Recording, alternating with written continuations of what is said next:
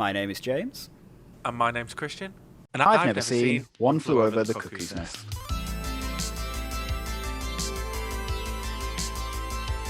Hello everybody and welcome to I've Never Seen. I will be your host today, Ben. Joining me as always, Dan, James, and Kristian. And this series is all about taking your friends who say, oh yeah, I love films, but you know, they might be missing a few classics here and there. And this series is about filling those gaps. And today our friends James and Kristian, they have gone away and watched the classic, the 1975 film, One Flew Over the Cuckoo's Nest, as you saw in the title. We're just going to be talking about the film. Me and Dan have seen it before. It was a huge film at the time. It was the second film ever to win what they call the Big Five. I think they call it the Big Five of the Oscars, which is like Best Picture, Best Actor, Best Actress, Best Directing, and Best Screenplay. It's gone down in history in being aesthetically or culturally significant. It's in the Library of Congress. Kristian, it's your first episode in I've Never Seen. You can lead off. What were your thoughts? I actually really enjoyed this film. It took me like a little bit to get into it because I thought there was going to be like a whole lead up to him being in. From what I knew, I thought there was going to be like a lead up to him being in the mental asylum, and then the film literally starts with him being institutionalized. And I was like, oh, okay, fair enough. We're getting straight into it. I really enjoyed the film and the sort of direction it took, and how it has a plot, but the plot is very, again, like I mentioned with Pulp Fiction last time, it's very character-centric. So it's not about the overarching plot so much as it is the characters and where they end up and how they interact with each other. Yeah. So yeah, I had a really good time with this. Interesting.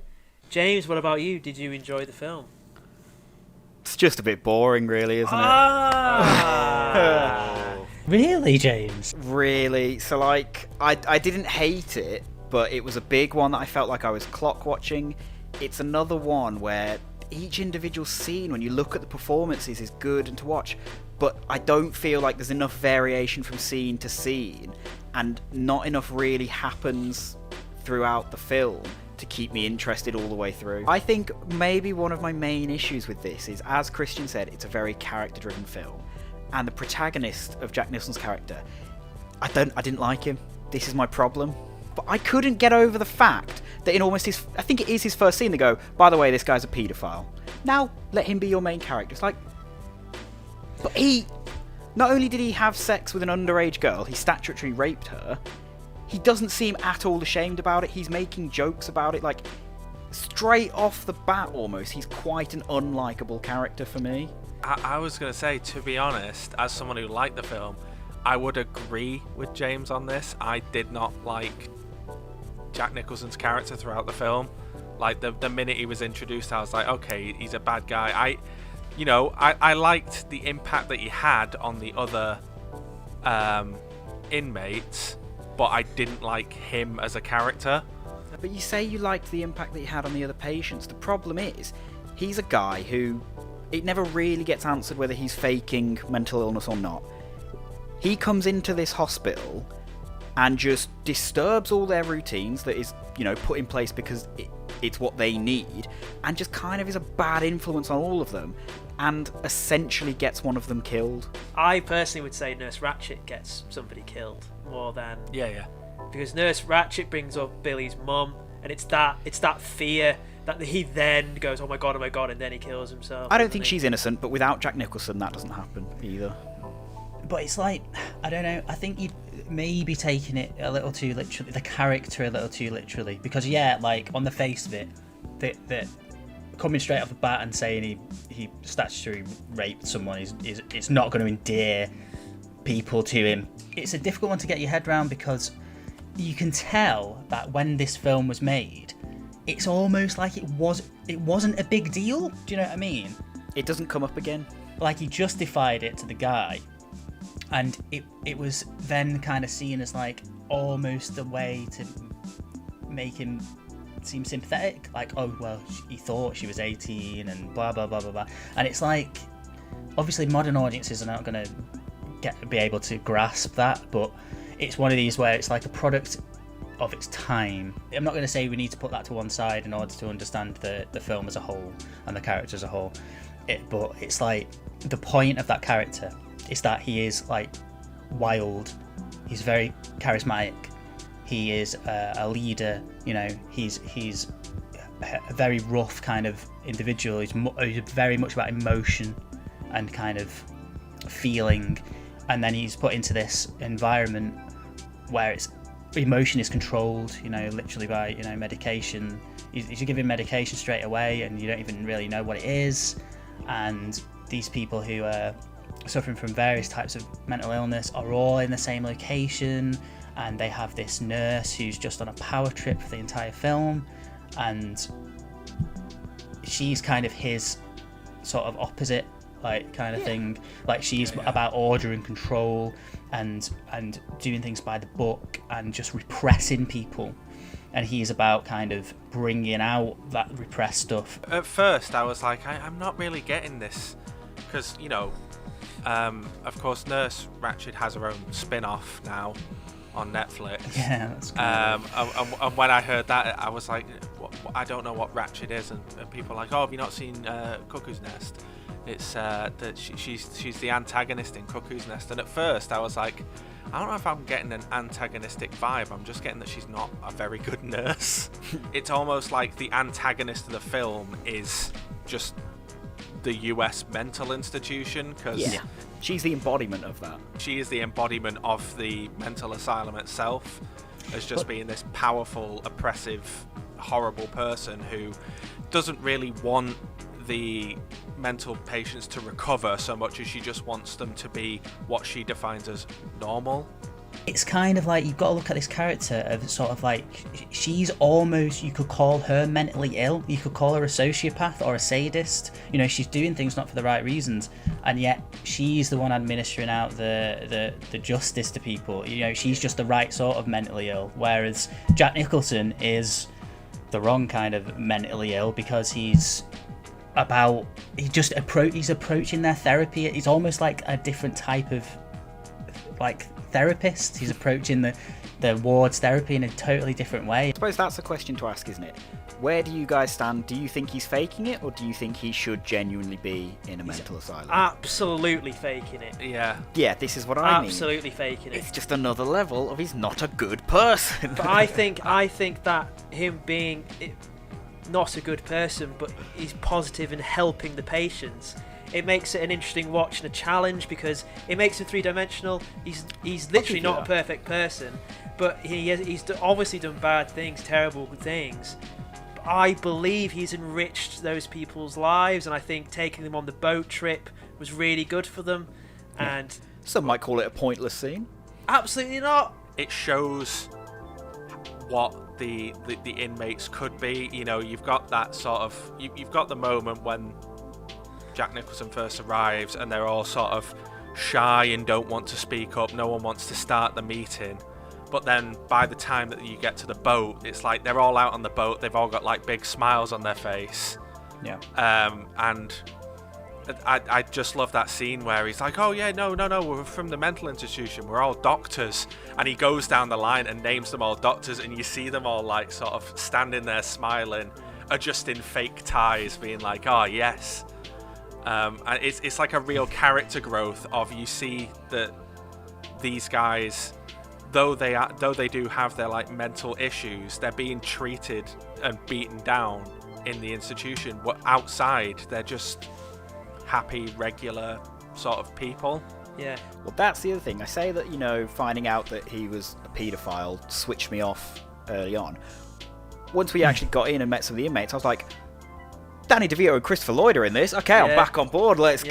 Yeah. The meetings are some of the best scenes for me, and like the evolution of their Jack Nicholson's influence. That they start off really timid, not talking, and the guy, I think it's Cheswick, argues back about he wants his cigarettes back, and then they all then evolve to vote for the ball game. These little things that they kind of, you know, they start play the cards without him at the end of their evolution with the cigs and stuff. Really good stuff. I can't remember what his name was, but the one who had a mustache and he was there of his own accord, like that's really interesting. It turned out most of them were there kind of voluntarily. Because Nurse Ratched points out in that sort of like smug moment that it's like him and 3 others on the ward that are the only ones that are held there, and anyone else can leave when they want. And Nicholson gets really annoyed, and he's like, well, why are you here? You're not mentally ill, you don't need to be here. The big turning point for me from Nurse Ratched just being sort of this power-hungry nurse to actually being like a sociopath is when they sit in the meeting, and you see that meeting, and you see them all being like, oh, well, you know, as someone who's been having meetings with him, I don't think he's mentally ill. I think we can put him back in prison. And they go around, and then Nurse Ratched, they ask Nurse Ratched, and she's like, oh, no, I think he is mentally ill, and I think we should... She knows he's not mentally ill, but she's like, no, I'm going to keep him here, and I am going to break him. The electroshock therapy and all that it's basically just showing how horrendous the mental health system was at that period. It was an important film for that, you know, like, because, you know, it hadn't really been a light hadn't really been shined on how sort of regressive some of the kind of techniques and procedures were, you know, therapy wise and just general living standards wise. But like the characters in this though, none of them are like massively, none of them are harmful characters, you know, putting aside the whole thing with Jack Nicholson at the start. The other patients are all harmless. Yeah, and so if like really they could just be sort of painted as eccentric, or just maybe they're down on a luck and they found themselves in this situation or whatever, but none of them are actually like, you know, violent people or bad people, and yet the medical institutions of the time dictated that they were a little bit too strange, they were a little bit too kind of, they didn't conform to a little bit too much, you know, and so we're gonna kind of give them all this blanket kind of treatment. Like it's almost like I don't know for sure, but it almost feels like they're all getting the same medication.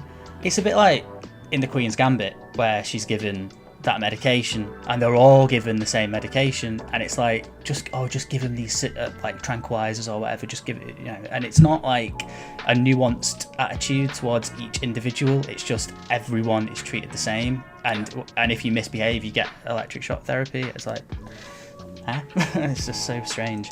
It was one of the things that was like so endearing about the film, was I grew attached to like each of the inmates as you like got to know their story and their quirks, but I right away my favourite character, because I think it was my favourite scene of the film, was Chief.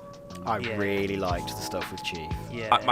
My two favourite scenes is the first time in the yard when Jack Nicholson teaches him to play basketball. I absolutely loved that scene where he's like, just throw it. He's like putting his hands above his head and trying to teach him.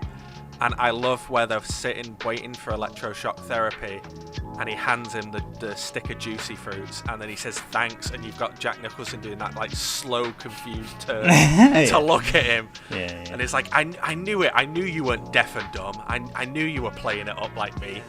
It's funny because one of my favourite scenes with Chief is when he then has learned the game a bit, and so he like runs a little bit, or he just walks to the other end. He just walks with the ball above his head. Oh, it's so good. Yeah, it is good stuff. It's a great testament to the writing, that their relationship, you really feel their relationship through very little dialogue between the two of them, and it's heartbreaking for Chief at the end. I knew you wouldn't go without me. I knew I should wait, and then he's like, he can't.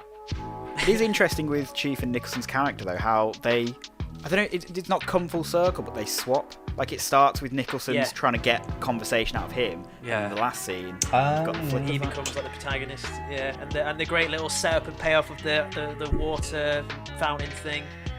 Big time metaphor, basically, isn't it? Because like the whole sink is like basically a metaphor for like the control that this place exerts on people, and that's like that end scene, like everything just comes together like so nicely. Like the themes of it come to this one point, this one like primal moment, and it's like so powerful. And the music as well. Like one thing that really does kind of set me off is with films and certain scenes is if the music's right, and it's like the music's so subtle.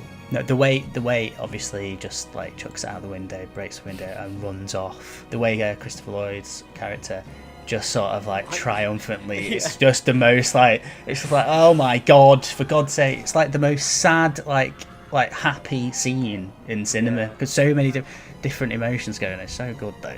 The fountain going through the window doesn't wake anybody up, but Christopher Lloyd shouting then wakes everybody up. I just thought that was just kind of made me chuckle. I think it's the thing of, because the film switched me off maybe a bit early on because I was like, oh, well, he's a bad guy, and I now can't forget that. I'm then less forgiving of it. So when it's padding runtime with these more nice sort of relationship character-driven scenes, I'm sat a bit there like, okay, whatever. Whereas if you enjoy them, that's why you'll fall in love with the film. Another time, he's a bad person. Billy didn't want to sleep with her, but he, along with all the other patients, forced him into that room. Again, I don't want to throw words out there. It's coerced consent, which is still rape. It's a really difficult film to judge in that regard because you have to kind of question, why did they make Jack Nicholson's character like so unsympathetic straight from the bat? Why are there all these really weird scenes in this film? How do we sort of process them now, knowing what we know about everything and living in the modern day? It's sort of really difficult to like. It is hard to sort of like look at it, and I get what you're saying, James, but it's like, it's almost like at the time, all these questions of like coercion and sort of things like that, it's like the filmmakers won't have even, I doubt it would have even entered their heads because the culture at the time was just, that wasn't the focus of what was going on. That was it was just a part of reality that no one really questioned. And it's kind of like, it's an interesting question. It's a separate conversation. I think, like how do we process these like older films with all these events and incidences now, like, but still kind of understand the films, like, and what they were trying to do and how powerful they are in other respects. It's like it's hard to do though. I agree, because that's my thing. It's like when Billy was dead and you see him on the floor, I couldn't help but not think, it's like he didn't even want to sleep with that woman. Like, they really sort of pressured him and forced him into that room, and it's sort of like the first step in what's led to his death. Maybe you could, to add a bit of weight, you could have even had when they grabbed the lady, you could have a shout out, or we didn't even have sex. They could have just laid together. You know, maybe if you made it now, say they didn't even do anything. But it's like, there's no way that would have ever been in the film because of the time that this film was made. It was like, it comes from a time where it's like the attitude was, well, of course he wants to have sex. He's a man. Like, men always want to have sex no matter what, kind of thing. And it's like, obviously now the conversation is different, like, because we are looking at that whole situation in a more nuanced way. But then it would have just been like, oh, he just needs bringing out of his shell, just kind of. And the thing is, the character did, because he was written that way, because there wasn't an alternative. The writer wasn't writing on other levels. Whoever wrote that scene wasn't thinking, oh, I'm going to make it have this extra subtext. It was just written as, oh, this character didn't want to have sex, but he just needed bringing out of his shell, and he was happy because it happened. There was no like other undercurrent to it. I can't remember if the film did it. I'm curious to see how his like stutter is affected as he grows. I noticed this. Does it leave him? It leaves him after he's slept with her and comes back once Nurse Ratched mentions his mother. Aren't you ashamed? No, I'm not. You know, Billy, what worries me is how your mother's going to take this. Well, you don't have to tell her, Miss Ratched. And that's kind of like a really powerful point of the film, and how Nurse Ratched is actually the biggest bad guy of them all, because the guy's cured, and then the medical professional comes back and very vindictively says, oh, I'm going to tell your mum about this, and it's like totally unnecessary. The guy's feeling like the guy's feeling better about himself in some way, and she just destroys that. I would argue the fact that he snaps back so quickly shows that he's not properly cured. It's one of those things where it's like it's putting a plaster on a big wound. He's fine for now, but he's never really. It's not properly sort of dealt with. I think the problem with this film is that it's because it's so character driven. If you like the characters, you'll enjoy the film. But if you're switched off by them, then you're kind of done with it. And like we said, it's very of its time.